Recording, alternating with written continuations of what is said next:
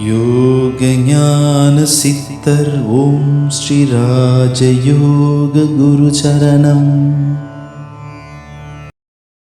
ஏற்கனவே பலகீனமான, சோகமான, தோல்வியான விஷயங்கள், வேதனையான விஷயங்கள் உங்கள் மனதிலே அந்த கருத்து பதிவு இருக்குமானால் வாழ்க்கையில் அது தொடரும்.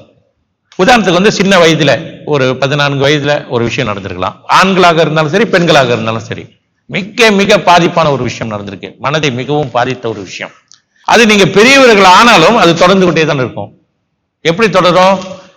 அது சம்பந்தமாக ஒரு நபரோ ஒரு இடமோ லேசான அந்த சாயில் இருந்தா கூட உங்களுக்கு அந்த நினைவு வரும், அந்த மனம் பாதிக்கும். ஏன்னு கேட்டா அது ஆள் மனதில் அது பதிவாகி இருக்கிறது. அது பிரபஞ்சத்தோடு இருக்குது, உங்க மனசிலே இருப்பது இல்லை. எல்லா விஷயமும் எப்பொழுது ஆள் மனதில் பதிவாயிடுச்சு அது நேரடியாக பிரபஞ்சத்திலே, ஆகாயத்திலே, யூனிவர்ஸ்னு சொல்லுவாங்க, அது பதிவாகி இருக்கும். எப்பொழுதெல்லாம் நமக்கு இந்த மாதிரியான அந்த மாதிரியான காட்சிகள் அது சம்பந்தம் வரும், நேரடியாக தொடர்பு கொண்டு நேர நம்ம சிந்தனைக்கு ஆள் மனதோடு தொடர்பு கொண்டு சிந்தனைக்கு அந்த வேதனையும் விரக்தியும் உடனே வந்துடும். அதே மாதிரி வாழ்க்கையில தோல்வி அடைஞ்சிருந்தாலும், பல தோல்விகள் போட்டு அதனால வேதனைப்பட்டு இருந்தாலும் கூட ஏதாவது அது சம்பந்தமாக வேற எதுவும் செய்யணும்னாலே முதலில் உங்களுக்கு தோணும், இது உருப்படமா என்னன்னு தெரியல அப்படின்னு. ஏன்னா ஏற்கனவே நீங்க பல பாதிப்புகள் உண்டாக அது தோல்விகளை ஏற்படுத்தும்.